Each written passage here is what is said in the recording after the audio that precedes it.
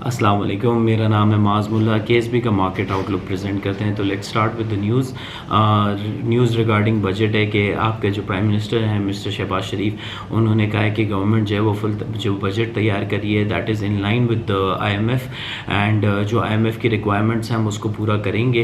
And उन्होंने request भी किया IMF से कि जो आपका 9th and 10th रिव्यू है उसको आप प्लीज़ जल्द से जल्द कर दें। एंड कल जिस तरीके से गवर्नमेंट ऑफिशियल्स की तरफ से आ रहा था कि अगले मंथ के अंदर जो है IMF का प्रोग्राम जो है वो बहाल हो सकता है, तो इसके ऊपर जो है वो पहले से काफ़ी अरसे से चल रहा था। एंड ये पिछले एक साल ऑलमोस्ट 10 महीने तो हो चुके हैं कि ये जो हमारा रिव्यू है वो नहीं हो सका था, क्योंकि जो उनकी कुछ रिक्वायरमेंट्स थी वो हम पूरी नहीं कर पा रहे थे।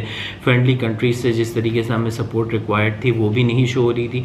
फ्रेंडली कंट्रीज़ पहले कहती थी कि आप IMF के पास से होकर आ जाएँ, IMF अप्रूव करेगा तो हम आपको फिर आपकी सपोर्ट कर देंगे। IMF कहता था कि आप पहले फ्रेंडली कंट्रीज़ के पास से आप लेकर आ जाएं चीज़ें जिस तरीके से, और फिर उसके बाद हम जो है फिर आपका जो है वो पैकेज जो है वो अप्रूव कर देंगे। बट ये जो था काफ़ी ज़्यादा प्रोलॉन्ग चल रहा था। एंड अब इसके ऊपर यही आ रहा है कि जो बजट के अंदर जिस तरीके से चीज़ें इन IMF की रिक्वायरमेंट थी उस हिसाब से जो है वो पूरी कर रहे हैं।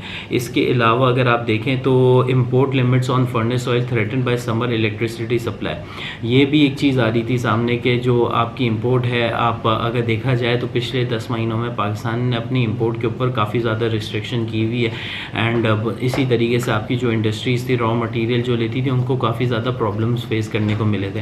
एंड अभी भी जो है वो प्रॉब्लम जो है वो कंटिन्यू कर रहा है। एंड जो इंपोर्ट वाली जो इंडस्ट्रीज़ हैं वो काफ़ी ज़्यादा प्रॉब्लम फेस कर रही हैं। इसके अलावा अगर देखा जाए तो पाकिस्तान ने जो बोला है कि हमारा ग्रोथ का जो टारगेट है दैट इज़ 3.5%।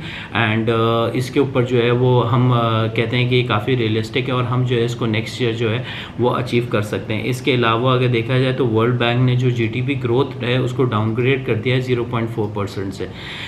इसके अलावा अगर आप देखें तो जो दूसरी न्यूज़ आ रही है दैट इज़ रिगार्डिंग आपकी जितनी भी स्टॉक की मार्केट में जो कंपनीज़ हैं वो अपना ऑथराइज कैपिटल जिस तरीके से बढ़ा रही हैं, उसके ऊपर एक ही चीज़ आ रही थी कि जो रिजर्व्स के ऊपर गवर्नमेंट बोल रही थी कि हम 5% टैक्स लगाएंगे, तो इन्होंने सबों ने जो है अपना ऑथराइज कैपिटल बढ़ाया है कि हम बोनस इशू कर देंगे। अब उसके ऊपर भी खबरें आ रही हैं कि जो है वो बोनस के ऊपर भी 5% ये लोग टैक्स लगा सकते हैं, तो ये एक प्रॉब्लम हो जाएगा। तो अब इसके ऊपर देखते हैं जो फ्राइडे को बजट आएगा उसके ऊपर क्या इम्पैक्ट आता है इसका। इसके अलावा अगर आप देखें तो कोल प्राइसेस जो हैं वो दोबारा से जो है वो थोड़ी नीचे आ गई हैं, 4.5% के अराउंड नीचे आई हैं। 100 के ऊपर अभी इस वक्त जो है वो कोल प्राइसेस हैं।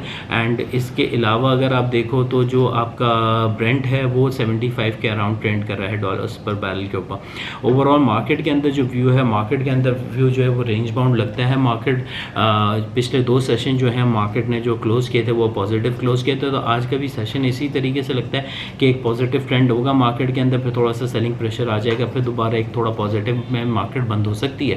एंड जो आपको सेक्टर्स हैं जिस तरीके से अगर आप देखें तो मुझे ऐसा लगता है कि जो ENP सेक्टर है, PPL OGDC है, उनमें थोड़ी प्रॉफिट टेकिंग होगी। सीमेंट सेक्टर के अंदर अगर थोड़ी बहुत नीचे आती है तो वहाँ पे बाइंग अपॉर्चुनिटी दोबारा बन रही है। एक रैली ऑलरेडी कर चुका है ये सेक्टर, लेकिन जिस तरीके से कोल प्राइसेस नीचे आई हैं तो उसमें दोबारा से एक थोड़ा सा गुंजाइश है रैली करने की। इसके अलावा OMC सेक्टर में शेल है, PSO है, ये काफ़ी ज़्यादा 2 दिन कैप लग चुके हैं, तो आज मुझे ऐसा लगता है कि जो इनका 3rd कैप होगा उसके ऊपर थोड़ी प्रॉफिट टेकिंग होगी। तो ओवरऑल व्यू मार्केट के अंदर रेंज बाउंड पॉजिटिव ही है। एंड वेट कर रहे हैं क्लैरिटी बजट के ऊपर जो कि फ्राइडे को पेश होगा। अगर आप लोग का कोई भी सवाल हो तो प्लीज़ हमारे साथ ज़रूर शेयर करें। अपना बहुत ख्याल रखें। Take care. अल्लाह हाफ़िज़।